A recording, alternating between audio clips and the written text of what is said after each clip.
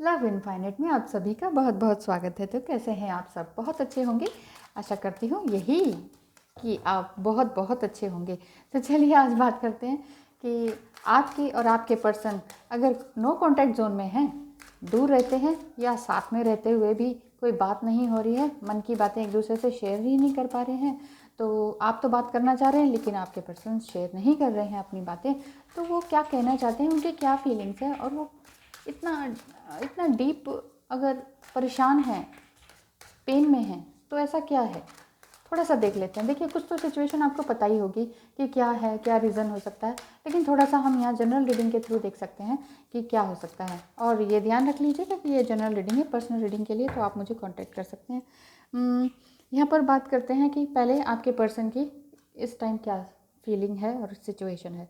देखिए, फीलिंग्स तो यही है कि ठीक है, मैं भी आगे बढ़ना चाहता हूँ इस सिचुएशन में, इस रिलेशनशिप को ठीक करना चाहता हूँ, ऐसा वो सोचते हैं, लेकिन क्लियर नहीं हो पा रहा है कि वो एक्शन कब लेंगे। बहुत कुछ उन्होंने सोचा, समझा, देखा, लेकिन क्लियर नहीं हो पाया उन्हें कि उन्हें लगता है कि जो भी है ना, वो सब बर्बाद हो गया है, जबकि ऐसा है नहीं। आप उनको सहायता करती हैं, उनको संबल बनाती हैं कि नहीं नहीं, ऐसा कुछ नहीं है, बहुत कुछ हम इकट्ठे कर सकते हैं और भी ज़्यादा अच्छी तरीके से ज़िंदगी को और अच्छी तरीके से हम जी सकते हैं।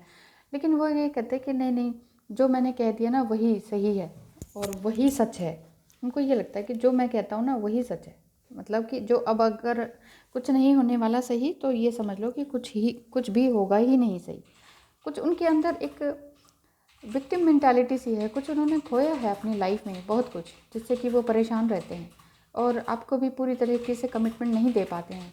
कहते हैं आपको है कि आप कुछ करो, लेकिन चाहते यही हैं कि वो कुछ करें। देखा, वो चाहते हैं यही है कि इस रिलेशनशिप को बनाए रखना चाहते हैं और आगे और अच्छा बनाए रखना चाहते हैं और आगे बढ़ना चाहते हैं, लेकिन उनके स्टेप्स उठ नहीं रहे हैं उस चीज़ के लिए। वो आगे बढ़ नहीं पा रहे हैं कि मुझे क्या करना चाहिए, एग्जैक्टली वो क्या करना चाहते हैं वो समझ नहीं पा रहे हैं। एंजल्स आर्कएंजल माइकल प्लीज़ बताएं कि अगर ऐसा ही हो रहा है आपके पर्सन के साथ कि क्या करना चाहिए, और उन्हें पता भी है लेकिन फिर भी स्टेप्स नहीं उठा पा रहे हैं, ऐसा क्या है, वो क्यों स्टेप नहीं उठा पा रहे हैं? देखिए, स्टेप उठाना पूरी तरीके से चाहते हैं, एंजल्स भी उन्हें पूरी तरह से आशीर्वाद देते हैं कि हाँ, जो भी होगा सब आगे अच्छा ही होगा, गो अहेड। लेकिन ऐसा उनके अंदर भी है, लेकिन एक वो जो कहते हैं ना सूर्य का प्रकाश, वो जो जोश होता है, एनर्जी होती है, वो एनर्जी नहीं मिल पा रही है। और अगर आप ऐसा ही कुछ करना चाहते हैं या अपने पर्सन के लिए, तो आप सूर्य स्तोत्र कर सकते हैं, अगर आप अलाउ करें अपने आप को, तो है ना। तो ताकि इससे क्या होता है ना कि आपका मणिपुर चक्र एक्टिवेट हो जाता है, आप खुद से अपने लिए काम करने लगते हैं। जब आप काम करने लगते हैं तो आपके पर्सन भी आपको नो कॉन्टैक्ट जोन से ओपन कर देते हैं और अपनी मन की बात बताने लगते हैं और वो भी कॉन्फिडेंस में आने लगते हैं। करके देखिए, वाकई ये बहुत ही पावरफुल मंत्र होता है। चलिए, अगर अगर आपको आपका रिलीजन अलाउ करे तो इट्स जस्ट ए गाइड, है ना। तो आगे ये बात आती है कि आपके पर्सन चाहते बहुत कुछ है, लेकिन उन्हें अभी कोई रास्ता नहीं दिखाई दे रहा, कोई सिचुएशन उनको पीछे की ओर धकेलती है। उनका पास्ट उनका पीछे की ओर धकेलता है। वो अपने पास्ट को, जो बर्बाद हो जाता है ना, उसको ही याद करते रहते हैं। ये ख़त्म हो गया, ये रिश्ता ख़त्म हो गया, उसने मुझे ऐसे कहा, उसने मुझे ऐसे कहा, ये पैसे बर्बाद हो गए, मतलब जो पास्ट में ख़राब हो गया उसको ज़्यादा याद करते हैं। रीज़न यही है, पास्ट को पकड़े रहते हैं, इस वजह से वो संभाल नहीं पाते अपने आप को। यहाँ पे एक तरह से छोटी सी गाइडेंस भी यही आ रही है कि आपको और आपके पर्सन को एक दूसरे को बैलेंस करना चाहिए। आप उनसे एनर्जी ले रहे हैं और आप उन्हें एनर्जी दे रहे हैं, तो दोनों की एनर्जी पूरी तरीके से बैलेंस होनी चाहिए। अगर आप सिर्फ उनको ये ऐसा देख रहे हैं कि वो परेशान हैं हमेशा के लिए, उन्हें यही लगता है कि जो बर्बाद हो गया, इतना क्यों हुआ, हर समय वो विक्टिम मोड में ही रहते हैं हमेशा। वो उनको यही लगता है लॉस हो गया, लॉस हो गया। जितना ज़्यादा लॉस को याद करते हैं वैसे ही एनर्जी घर में आती जाती है। और अगर आप साथ में भी रहते हैं तो भी ऐसा ही होता है, एक दूसरे से लड़ाई झगड़ा, वर्बल फाइट होती रहती है।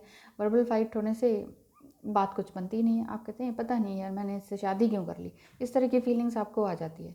अगर शादी भी नहीं हुई है तो भी, अगर आप अनमैरिड हैं तो भी ये बात हो जाती है कि यार मैं इससे मैं कैसे बंधी हुई हूँ और मैं अभी भी हट क्यों नहीं रही हूँ इस रिश्ते से, मैं दूर क्यों नहीं जा पा रही।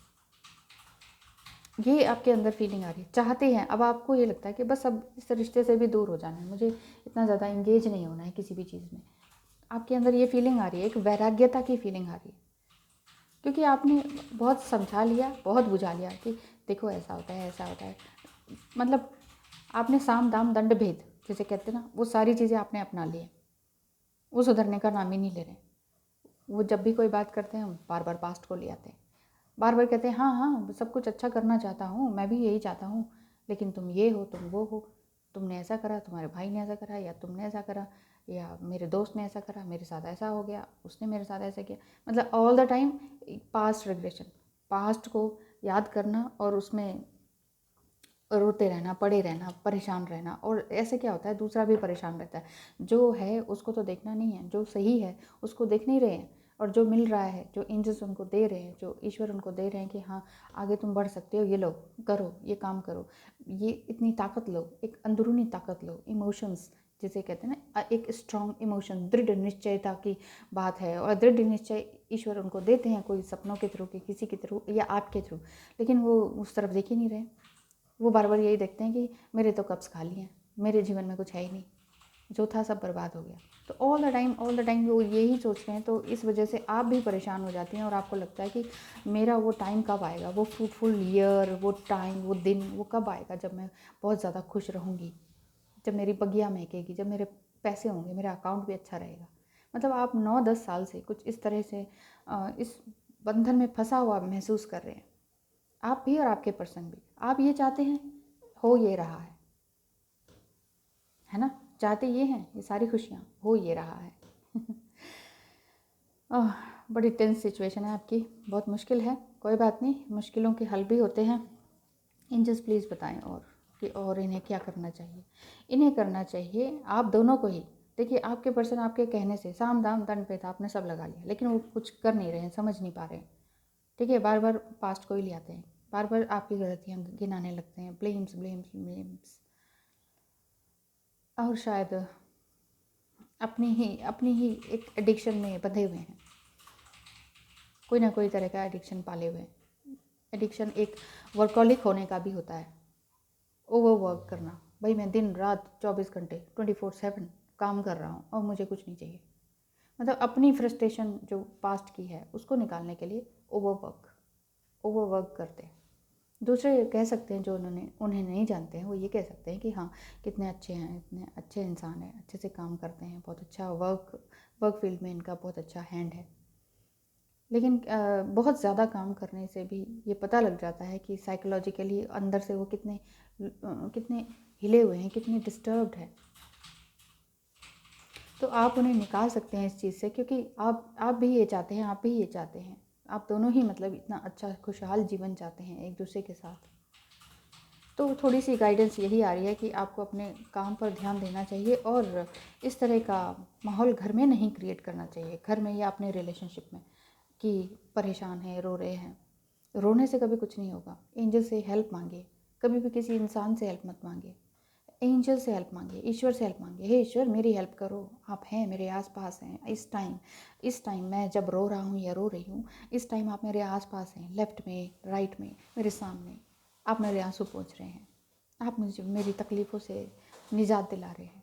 आप ही हैं जो हैं, आप ही हैं जो एक सुप्रीम पावर है। हम तो कुछ भी नहीं, हम तो कठपुतली हैं। ओवरऑल रीडिंग के लिए आप इंतजार तो प्लीज़ बताएं। आपको बहुत दूर तक देखना होगा, बहुत दूर तक अपने रिश्तों को बहुत दूरी तक ले जाना चाहते हैं आप, लेकिन अभी आपको रास्ता नहीं दिख रहा। लेकिन दिखाना होगा, अपने आप को ही रास्ता दिखाना होगा। एरीज, लियो, सेजिटेरियस हो सकते हैं आप, एयर साइन के भी हो सकते हैं, लिब्रा वगैरह। तो यहाँ पर आपको ये देखना होगा कि अपने अंदर जो गुस्सा है आपका, किसी भी तरह का, चाइल्डहुड वुंडिंग भी हो सकती है, उसकी वजह से भी हमें गुस्सा बहुत आता है। हम अपनी बात कभी किसी को शेयर नहीं कर पाते हैं, अपना दुख, अपना अपना अपना चाइल्डहुड वुंडिंग जिसे कहते हैं ना, घायल, डिस्टॉर्टेड। जब आपको बचपन में बहुत सी बातें बुरी लगी, इतनी बुरी कि वो आज तक याद हैं एज इट इज़, उसे निकाल नहीं पाते हैं। तो आप किसी तरह के रेकी हीलिंग के कोर्स कर सकते हैं, उसमें एडमिशन ले सकते हैं, अपने आप को हील कर सकते हैं, चक्रा हीलिंग कर सकते हैं, अपने पास्ट लाइफ रिग्रेशन को करवा सकते हैं, अपना डीएनए क्लींस कर सकते हैं, शामन मेडिटेशन है वो कर सकते हैं। अपनी क्लिनजिंग कराते रहिए अपने अंदर की, अपने अंदर। देखिए क्या है ना कि हम पास्ट लाइफ से ही होकर यहाँ आए हैं। पास्ट लाइफ में जो हमारे अंदर जो डिज़ायर रह गई थी ना, इसलिए हम इस टाइम, टैरो रीडर्स अधिकतर यही कहते हैं, अपने डिज़ायर को थोड़ा साइड कीजिए।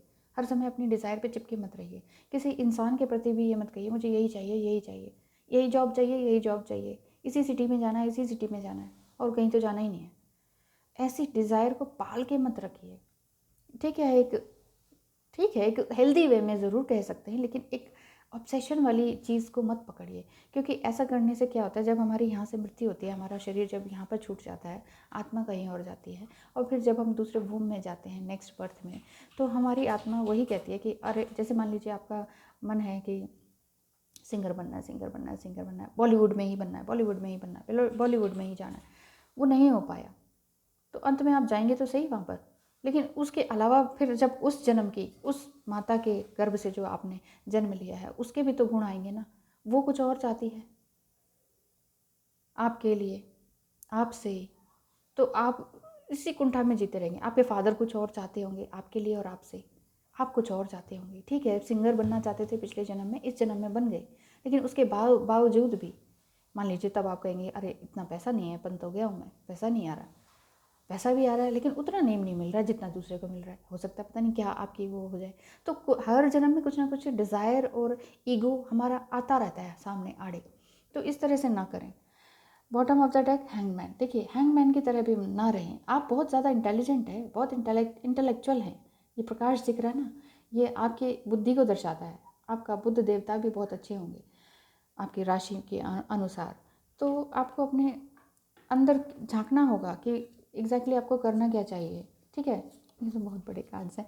तो चलिए ब्लेसिंग्स क्या मिलती है, एंजल्स प्लीज़ ब्लेसिंग्स दे दीजिए। Only one card. चलिए इसको ले लेते हैं, the card. Thank you. 45 a blessing to shield and safeguard you. आपको ब्लेसिंग मिल रही है कि आप पूरी तरह से सेफ रहेंगे। ये एक ट्रेडिशनल और प्रोटेक्टिव ब्लेसिंग है, बिल्कुल ट्रेडिशनल और प्रोटेक्टिव। देख रहे हैं ना कैसे चांद भी हैं, तारा भी है, और ये क्रो भी है, यहाँ पर स्वॉर्ड भी है। मैं कह रही हूँ ना, एयर साइन के भी हो सकते हैं आप, जो कि बहुत कुछ करना चाहते हैं, ओवर एम्बिशियस भी होते हैं, लेकिन एक एग्जैक्ट प्लान ना होने के कारण वो हो ही नहीं पाता है, वो प्रॉपर फ्रूटफुल हो ही नहीं पाता है इस जन्म में। एक जन्म ऐसे ही चला जाता है। तो अगर ऐसा ही जाता दिख रहा है तो प्लीज़ प्लीज़ प्लीज़ एक्शन लेना शुरू करें, ऐसे ही ना जाने दें जीवन को। और ये जो कार्ड बता रहे हैं, ये आपको ब्लेसिंग ये मिल रही है कि ये एक ट्रेडिशनल प्रोटेक्टिव ब्लेसिंग मिल रही है आपको ईश्वर की तरफ से, एंजल्स की तरफ से, कि एंशिएंट गार्डियन की फोर्सेस आपसे जुड़ रही हैं, जिससे कि आपकी लाइफ वापस सेक्रेड वे पर चल पड़ी है, ताकि आपका जीवन बिल्कुल कैरिज्मेटिक हो जाए, करिश्माई हो जाए और डिवाइन की शेप ले ले। आप एक डिवाइन की तरफ बनने जा रहे हैं, की तरह बनने जा रहे हैं। हो सकता है आप डिवाइन फेमिनाइन हो, मस्कुलाइन हो, लेकिन फिर भी डिवाइन फेमिनाइन को, एक प्रॉपर डिवाइन फेमिनाइन, एक प्योर डिवाइन फेमिनाइन बनने में टाइम लगता है, और वही अपने डिवाइन मस्कुलाइन को चेंज करती है। इसी तरह से हम सभी, चाहे हम ट्विन फ्लेम जर्नी में है या नहीं, हम सभी के अंदर एक दिव्यता है। वो दिव्यता डिवाइन ही होती है। हम सभी के अंदर ईश्वर है, बस हम उसे खोज नहीं पाते। तो आपको ये नुआरा जो होती है ना, एक सेल्टिक गॉड, एक जनजाति की गॉड है ये, उस समय की, वहाँ की, है ना। तो नुआरा जो गॉड है वो तलवार से आपकी सुरक्षा कर रही है। आपको ईश्वर से शील्ड और प्रोटेक्शन की ब्लेसिंग मिल रही है, न केवल आपकी बल्कि आपके घर परिवार, बच्चे और जो भी पालतू जानवर हैं, है ना, पेट्स हैं, उन सबको वो पूरी तरीके से एक प्रकाश में रख रहे हैं, एक रोशनी में रख रहे हैं, एक फुल मून में, फुल लाइट में रख रहे हैं। एक दिव्यता के एहसास के साथ आपको दिन रात आपके साथ है और आपको पूरी तरह से प्रोटेक्ट कर रहे हैं। तो ये आपको बहुत अच्छी ब्लेसिंग मिल रही है इस टाइम। आप जिस भी रिश्ते से बंधे हुए हैं, जिस भी जर्नी में हैं, प्लीज़ अपना ध्यान रखें और अपने लवर का भी ध्यान रखें जिनके लिए आप चिंतित हैं। Thank you so much.